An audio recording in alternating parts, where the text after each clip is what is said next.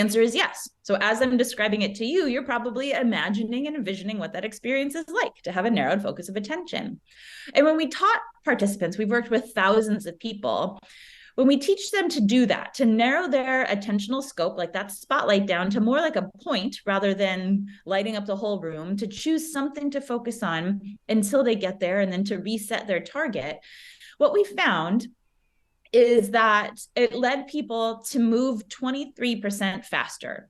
We kept the distance the same. We tested this in a really controlled environment. The distance was always the same for everybody. The difficulty of the exercise remained the same. And yet when they narrowed their focus, rather than leaving it to be broad and expansive, they moved 23% faster and said that it hurt 17% less.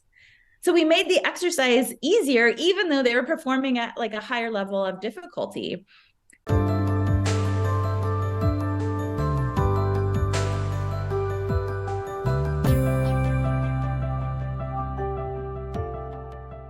Well, thank you, Dr. Balcetis, for joining me on the podcast today. You have said that vision is the most important sense that we have, as it informs our perception of the world around us. How does it manage to do this?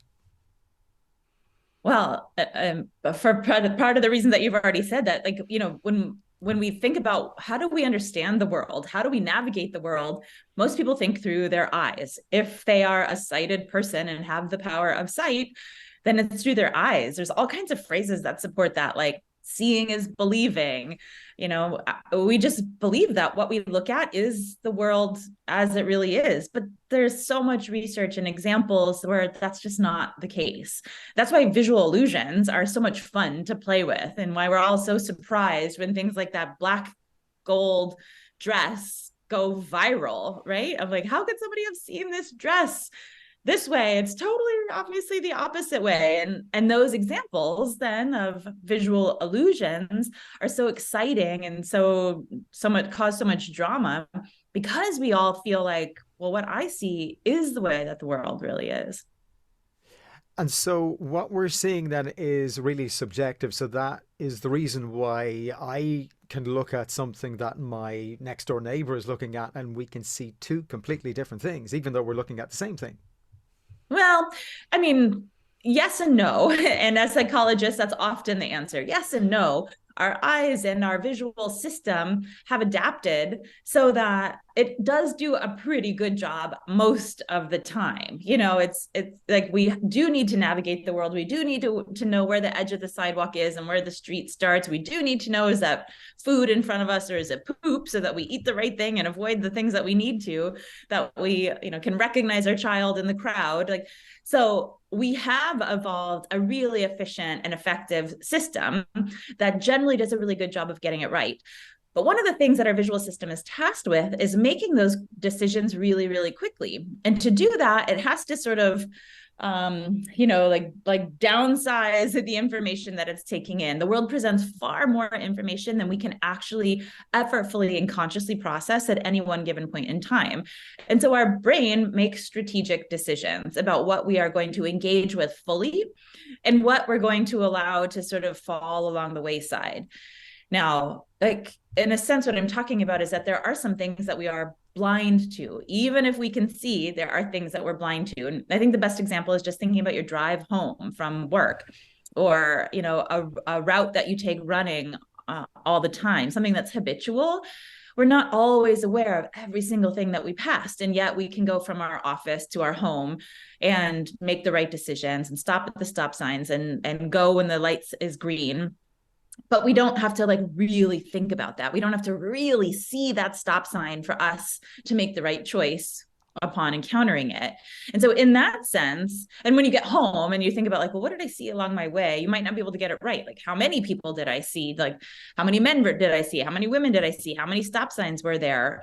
You're probably not really thinking about it. You're not really seeing it because it doesn't matter, because your body knows how to drive. You know which way to turn left, you know which way to turn right, and you don't have to really be seeing it. You don't have to really be thinking about it to make those right decisions. So that's an example where, we might not be really fully aware of what we're looking at. And that's because we have to make those kinds of choices. We have to be able to make those choices of this is not important for us to really look at, so that we can pay attention to the things that really matter, like anything that might pop out into the middle of the street unexpectedly, or a ball rolls into the street, or a child is on the side and they stumble into the road. Those are the things that we do need to see. And so our brain allows us to make those choices of, well, don't really pay attention to the trees and to the stop signs and to the electrical lines that are above, because those will never be problematic for us. So we don't need to see those.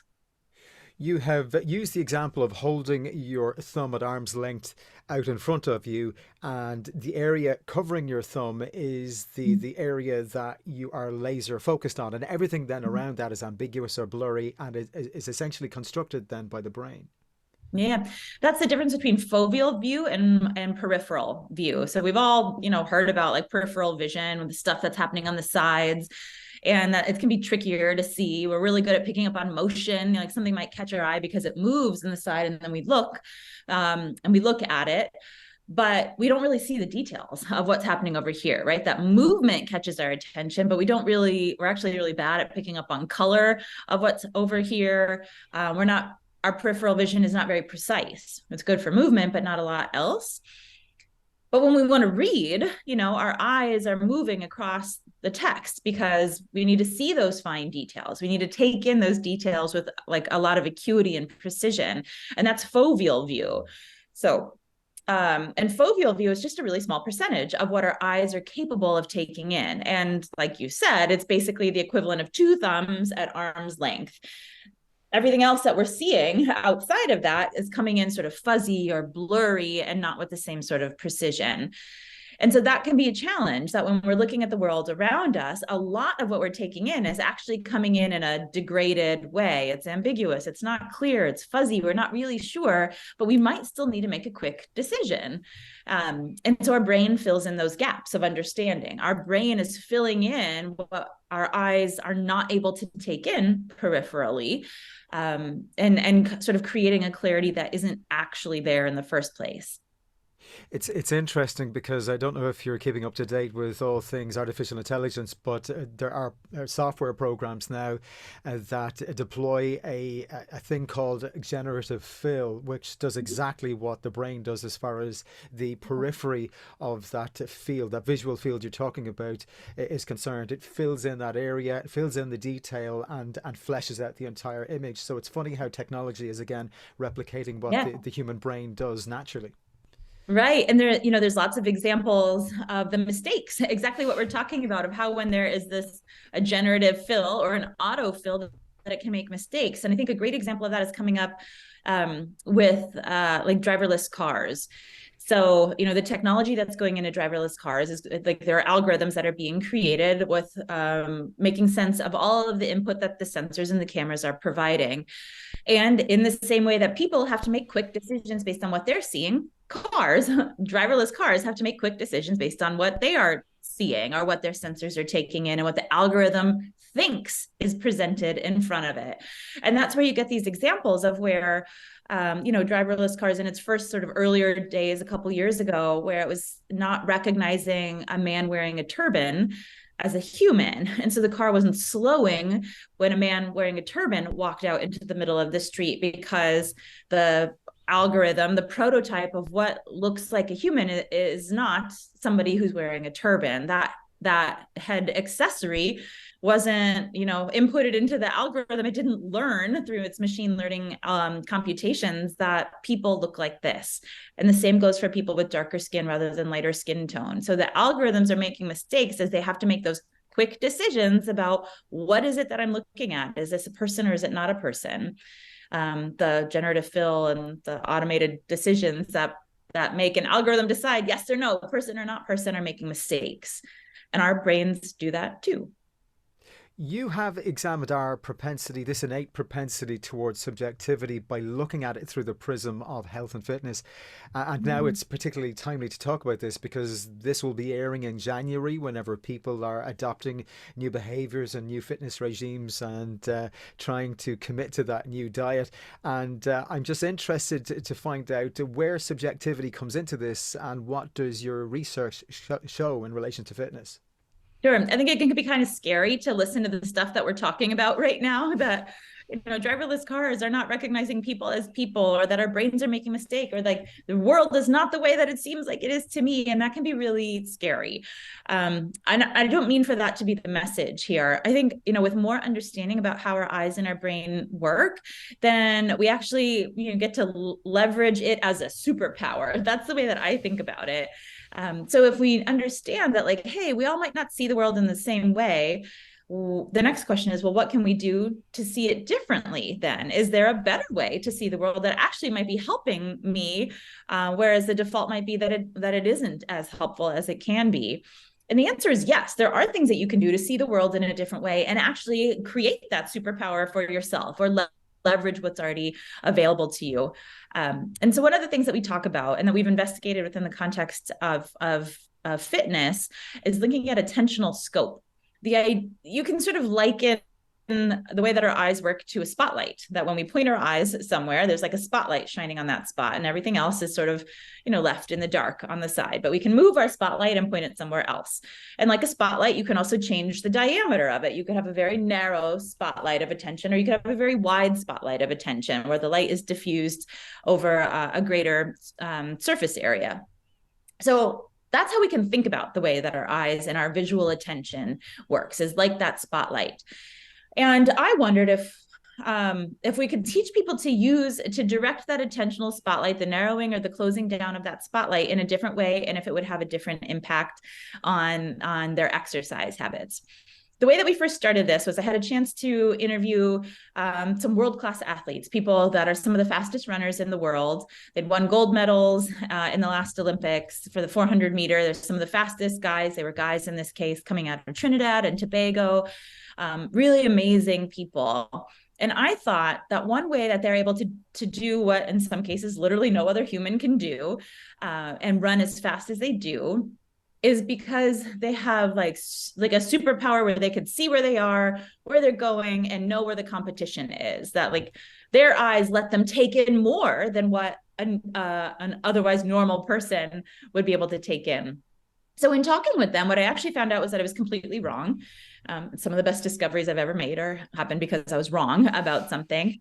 And what they said is, no, we're actually really focused. We just choose a target. We focus on that till we hit it. And then we set the new target and go again. And even those people that said like, no, I don't really do that. I don't do this like narrowed focus of attention. They still said, but I should. And that's what I'm working towards.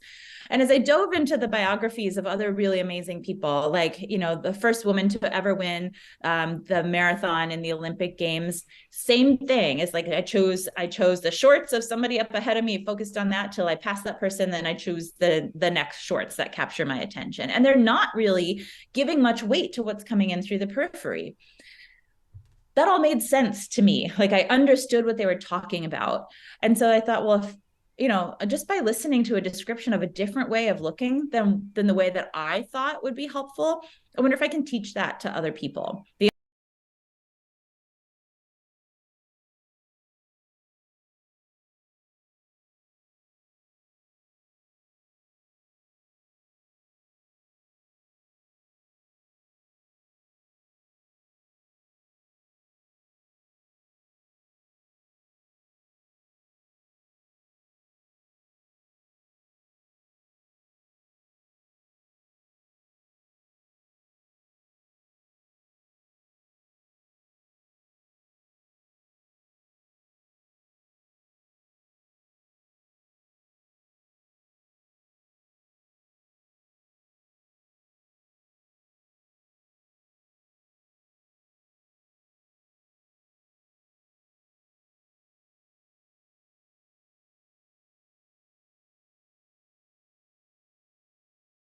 Now, that was awesome. That was really incredible to us. But we wondered, okay, is this just a one-off? It just happens to be this set of 100 people. No, because when we taught this strategy and then they gave us access to their fitness tracking app, so we could see what do they do when we're not standing there? What do they do when they're just left? They've been taught this strategy and then they're just left to the wild. What do they do? We found that people would go out for more walks more often. So it's not just about running. They would take 80% more steps on each walk. They would travel significantly farther in the same amount of time, and they could repeat this, for many days after, even when we're not there with our lab coats on, with a stopwatch at hand, taking notes about how they're doing. It seems like magic. Like, really? It's just that simple? People can do exercise better. It hurts less. I mean, this seems like amazing, right? And it seemed like magic to me, but it's not. It's just a change in psychology. Because what happens when you narrow your focus of attention is that it produces a visual illusion of proximity. That thing that you're focused on, that target you're focused on now, looks closer to you than when you assume a wider, broader visual scope. When you're taking in the periphery and giving that a lot of weight, then you're seeing all the milestones or distractors or obstacles you'd have to pass along the way. And so that target looks further away. But when you focus, it sort of draws it in closer to you. It contracts it seemingly contracts the space separating you and it. That visual illusion of proximity has a whole cascade of motivational and psychological effects. Now, it doesn't seem so far away. It doesn't look that far away. So it doesn't seem as hard to get there. It seems like I have what it takes to be able to make it to that finish line, to that destination, to that target. And when you start changing your mindset in that way, that's what translates into improved performance. Now, when you believe in yourself and you think you can do it and it doesn't seem so hard, that's the psychological energy you need to walk faster and have it defy your expectations on how much it's going to hurt. And so that's the way that we've taken these ideas of like visual illusions. We don't all see the world in the same way, and creating this superpower and applied it to a really concrete problem that we all experience, which is, trying to keep ourselves healthy and fit. Now, just to be clear, you're not talking necessarily about visualization, because I know you're not a proponent necessarily of visualization in the traditional sense. I am a proponent of visualization with as a component of a formula for success. So I'll come back to that point in a second, but just to say, no, in this study with the exercise, we're talking about literally what are you pointing your eyes at, and how much weight, how much space are you giving to make sense of what's coming in through the periphery. So I literally mean what you're seeing right now in your environment. But you can take those same ideas and apply it to a context that is more like visualization. So the strategy of narrowing our focus of attention applies to the physical space. We're talking about how much space separates me from this target that I focused on, and that actual distance. But temporal distance is a thing too. The time, how much time is it going to take before I can meet this, this goal that I set, to accomplish this next level of promotion, or to save up enough money that I feel safe for retirement. We're talking about time there. And what we have found also is that when people use more like visualization as a cognitive focusing technique, you can contract that sense of time. Now, the amount of time separating me from my desired future doesn't seem so far. It makes it a little bit easier in that case to make sacrifices today that'll be beneficial for that otherwise far off, seemingly so remote, distant future. The person that's going to reap the benefits of these sacrifices I have to make today, that future self, now seems a little bit more psychologically close and relevant to me. We tested this idea riffing off of Hal Hirschfield, a researcher at UCLA, at some of the research that he's done. So I was working with a group of, 30 or so, actually 60 students who were all on the brink of graduating from college. They all had jobs to help pay, their living expenses, tuition, room and board. And I asked them, are you saving for retirement? They're all like 20 to 22 years old. And they all said, no, no, I'm not saving for retirement. Are you kidding me? No, I'm not. Actually, 55 out of 60 of them said no. So a couple of them were, but the vast majority were like, no, I'm not. So, but that's problematic, right? All modeling tells us that if we even save just a small amount much sooner in our life, we'll be far better off in our retirement years than if we try to make up for it in later life because of the way compound interest works. So these students actually would be in a better spot even if they were just setting aside $20 now rather than $0 with each paycheck. And we asked them, like, well, why? Why are you not? Do you not understand compound interest? I mean, probably the answer is like, well, most people don't really, but you get the idea. They're like, no, that's not the problem. It's just that that seems so far away. It just seems like it's like, I don't even know who that like retired self is going to be. I don't know. I'm not saving. Like, that's a big sacrifice for a person. I don't even know who they are, even though it's them. So we just, same idea of like, it seems so far away was also what was coming up a lot in our exercise studies. So we played with that idea of visualizing a narrowed focus of attention. I took a picture of them and I morphed that photograph with a photograph of an older and successful person like Maya Angelou or Betty White, or Dan Rather, and showed it to them. I showed them this movie of them aging, and some of them lost their breath. They weren't breathing, and like, breathe with me here. So it was like scary for them, but they got it now. It made that like they were able to visualize what that future self would look like, and it made it more relevant and concrete and visual and tangible. And so then when we had a conversation about like, well, what's the future going to look like for you, and the conversation of retirement came up, and I said, like, what about saving for retirement? They're like, oh yeah, I'm going to start saving now. I didn't track their bank accounts to see if they did, but their whole attitude about it changed. Their beliefs about its importance, their understanding of why it would matter.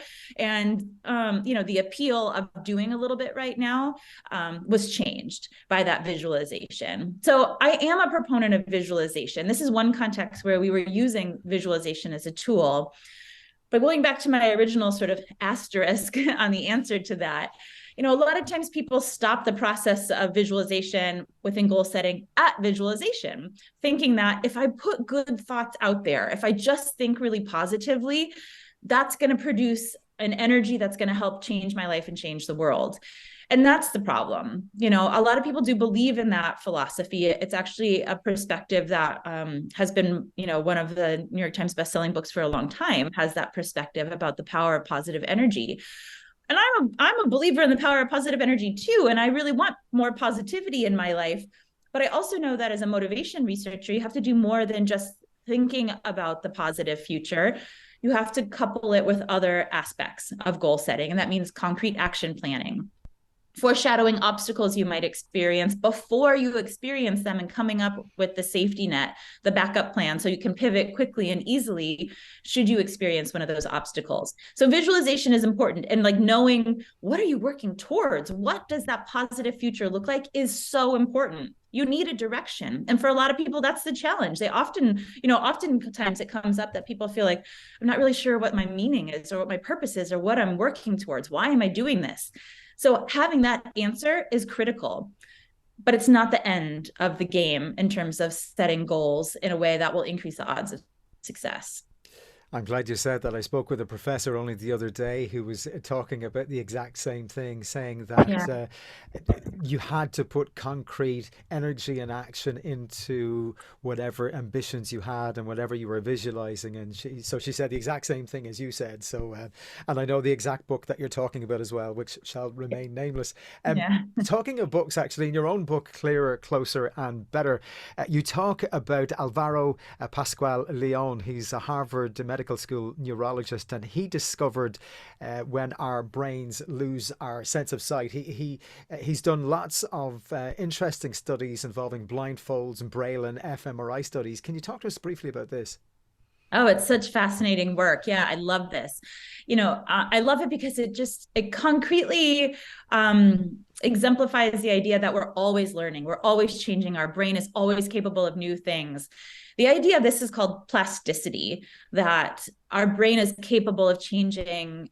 It's sort of evolving itself even within our own lifetime. So as you foreshadowed, this neuroscientist has taken participants who are willing and interested in doing this work, brings them into the hospital, so it's a controlled setting, and he can keep them safe and study what's happening for them. And they are people that have always had the power of sight, as a sense, and he'll put blindfolds on them. Inside the blindfolds are photosensitive paper, so that if light were to get inside, the paper would react, and we would know that there was light coming in to people's eyes, that they could see something in this time. but the papers never reacted. So we know that all of these study participants had all access to visual experience cut off for a week. Now, every day they would go into an fMRI machine, which is a big like tube magnet that is tracking changes in blood flow in your brain.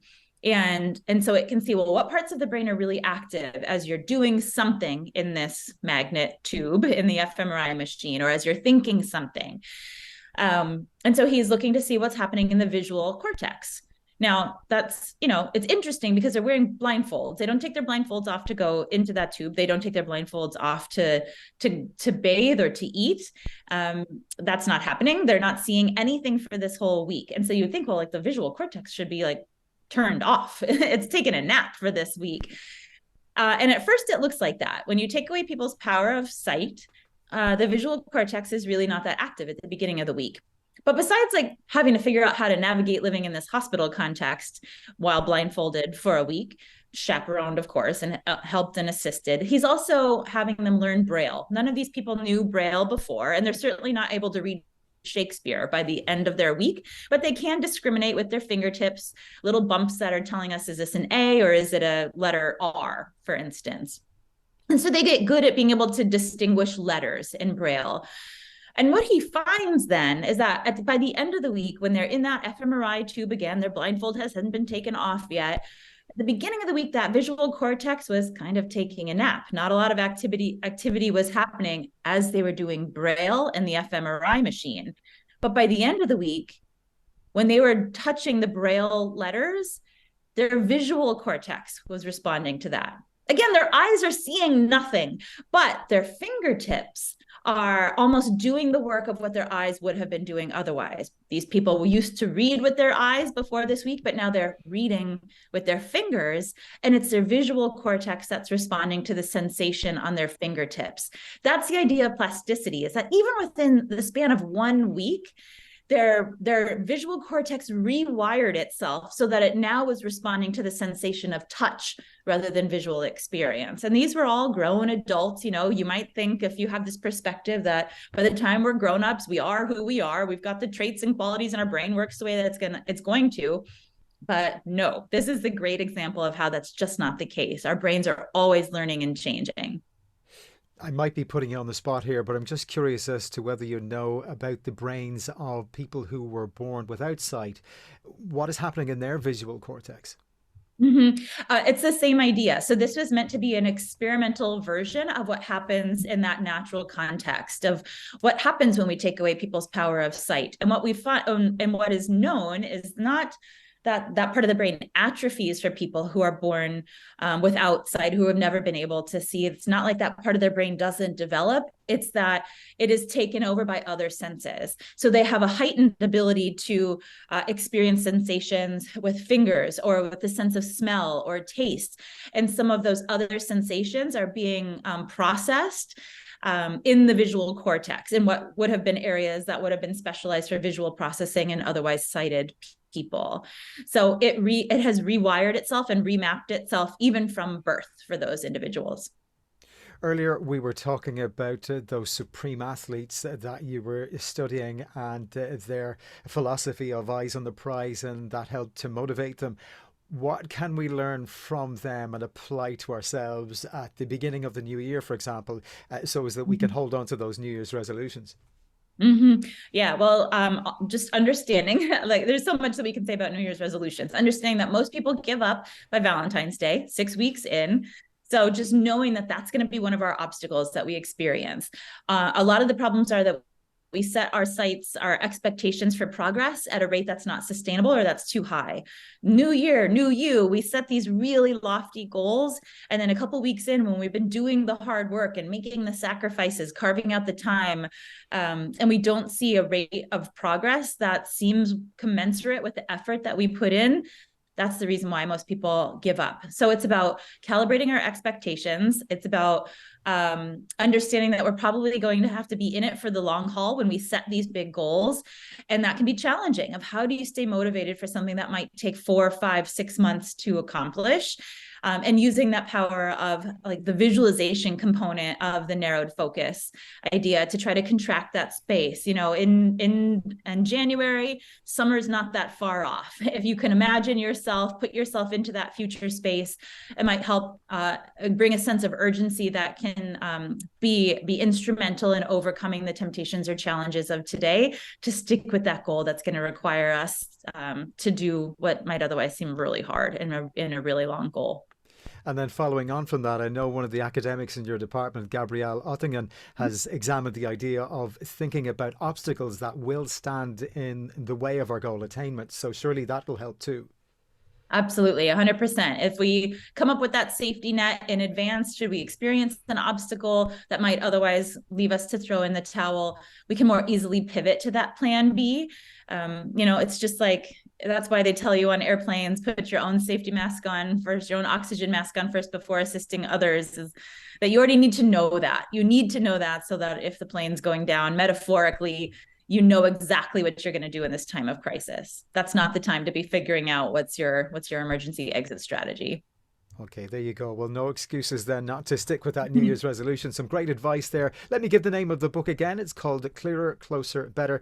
Dr. Emily Balcetis, thank you so much for joining me on the podcast today. Really appreciate it. Yeah, my pleasure. Thanks so much.